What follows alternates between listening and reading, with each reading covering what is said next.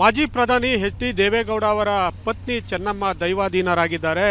ಹರದನಹಳ್ಳಿಯಲ್ಲಿ ಏನು ಅವರ ಹೊಲದಲ್ಲಿ ಅಂತ್ಯಕ್ರಿಯೆಗೆ ಈಗಾಗಲೇ ನಡೀತಾ ಇದೆ. ಸುಮಾರು 15 ಎಕರೆಗೂ ಹೆಚ್ಚು ಜಾಗದಲ್ಲಿ ಅಂತ್ಯಕ್ರಿಯೆಗೆ ತಯಾರನ್ನು ಮಾಡಿಕೊಳ್ಳಲಾಗ್ತಿದೆ. ಸುಮಾರು 30 ಎಕರೆಗೂ ಹೆಚ್ಚು ಜಾಗ ಇರುವಂಥದ್ದು, ಅಷ್ಟು ದೊಡ್ಡ ಪ್ರದೇಶದಲ್ಲಿ ಅಂತ್ಯಕ್ರಿಯೆಗೆ ಸಿದ್ಧತೆಯನ್ನು ಮಾಡಿಕೊಳ್ಳಲಾಗ್ತಿದೆ. ಇನ್ನು ಮುಖ್ಯವಾಗಿ ನಾಳೆ ಅಂತ್ಯಕ್ರಿಯೆ ನಡೆಯುವಂಥದ್ದು. ಹಾಗೆ ಚೆನ್ನಮ್ಮ ಅವರ ಅಂತಿಮ ದರ್ಶನಕ್ಕೆ ಬರುವವರಿಗಾಗಿ ಬಸ್ ವ್ಯವಸ್ಥೆಯನ್ನು ಮಾಡಿರುವ ಬಗ್ಗೆಯೂ JDS ನಾಯಕರು ಮಾಹಿತಿಯನ್ನು ಹೇಳ್ತಿದ್ದಾರೆ. ನಮ್ಮ ಜೊತೆ JDS ಹಾಸನ ಶಾಸಕರಾದ ಸ್ವರೂಪ್ ಅವರು ಇದ್ದಾರೆ. HP ಸ್ವರೂಪ್ ಅವರನ್ನು ಮಾತಾಡ್ಸೋಣ. ಸರ್ ಹೇಳಿ, ನಾಳೆ ಎಷ್ಟೊತ್ತಿಗೆ ಅಂತ್ಯಕ್ರಿಯೆಗೆ ಟೈಮ್ ಇರೋದು ಮತ್ತು ಸಾರಿಗೆ ವ್ಯವಸ್ಥೆ ಮಾಡಿದ್ದಾರೆ ಅನ್ನೋ ಅದ್ರ ಬಗ್ಗೆ ಏನು ಮಾಹಿತಿ? ನಾಳೆ ಬೆಳಗ್ಗೆ 11 ಗಂಟೆ ಮೇಲೆ ನಮ್ಮ ಅಂತ್ಯಕ್ರಿಯೆ. ಅದನ್ನು ಸಮಯ ನಿಗದಿಯಾಗಿಲ್ಲ. ಎಲ್ಲ ಹಿರಿಯರೆಲ್ಲ ಕೂತ್ಕೊಂಡು ಚರ್ಚೆ ಮಾಡಿ ಸಮಯ ನಿಗದಿ ಮಾಡ್ತಾರೆ.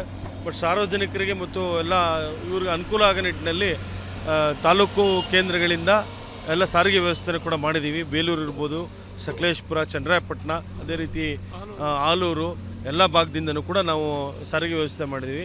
ಅದೇ ರೀತಿ ನಮ್ಮ ಸಾರಿಗೆ ಬಸ್ ಇಲ್ಲಿಗೆ ಬರ್ತಾವ ಅಥವಾ ಹೊಳೆನರಸೀಪುರ? ಇಲ್ಲ, ಹರದನಹಳ್ಳಿಗೆ ಇಲ್ಲಿಗೆ ನಾಳೆ ಅಂತ್ಯ ಸಂಸ್ಕಾರಕ್ಕೆ.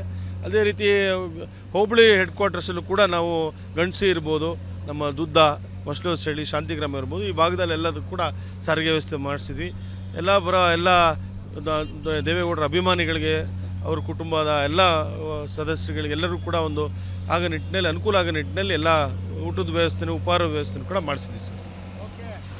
ಏನು ನಾಳೆ ಚೆನ್ನಮ್ಮ ಅವರ ಅಂತ್ಯಕ್ರಿಯೆ ಈ ಸ್ಥಳದಲ್ಲಿ ನಡೆಯುತ್ತೆ. ಹಾಗೆ ಎಲ್ಲ ಸಿದ್ಧತೆ ಕೂಡ ಭರದಿಂದ ಮಾಡ್ತಾ ಇದ್ದಾರೆ. ಸಾವಿರಾರು ಜನ ಹಾಗೆ ಗಣ್ಯರು ಕೂಡ ಈ ಒಂದು ಅಂತ್ಯಕ್ರಿಯೆಗೆ ಭಾಗಿಯಾಗ್ತಾ ಇರೋ ಕಾರಣ ನಾಳೆ ಸಂಜೆ ವೇಳೆಗಾಗಿ ಅಂತ್ಯಕ್ರಿಯೆ ನಡೆಯುತ್ತೆ.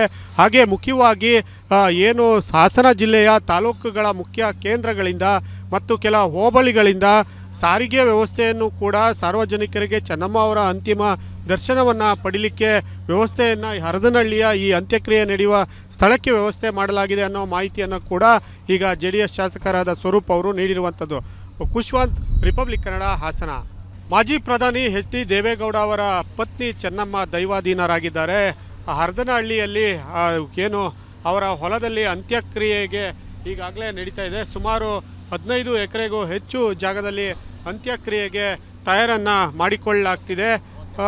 ಸುಮಾರು 30 ಎಕರೆಗೂ ಹೆಚ್ಚು ಜಾಗ ಇರುವಂಥದ್ದು, ಅಷ್ಟು ದೊಡ್ಡ ಪ್ರದೇಶದಲ್ಲಿ ಅಂತ್ಯಕ್ರಿಯೆಗೆ ಸಿದ್ಧತೆಯನ್ನು ಮಾಡಿಕೊಳ್ಳಲಾಗ್ತಿದೆ. ಇನ್ನು ಮುಖ್ಯವಾಗಿ ನಾಳೆ ಅಂತ್ಯಕ್ರಿಯೆ ನಡೆಯುವಂಥದ್ದು.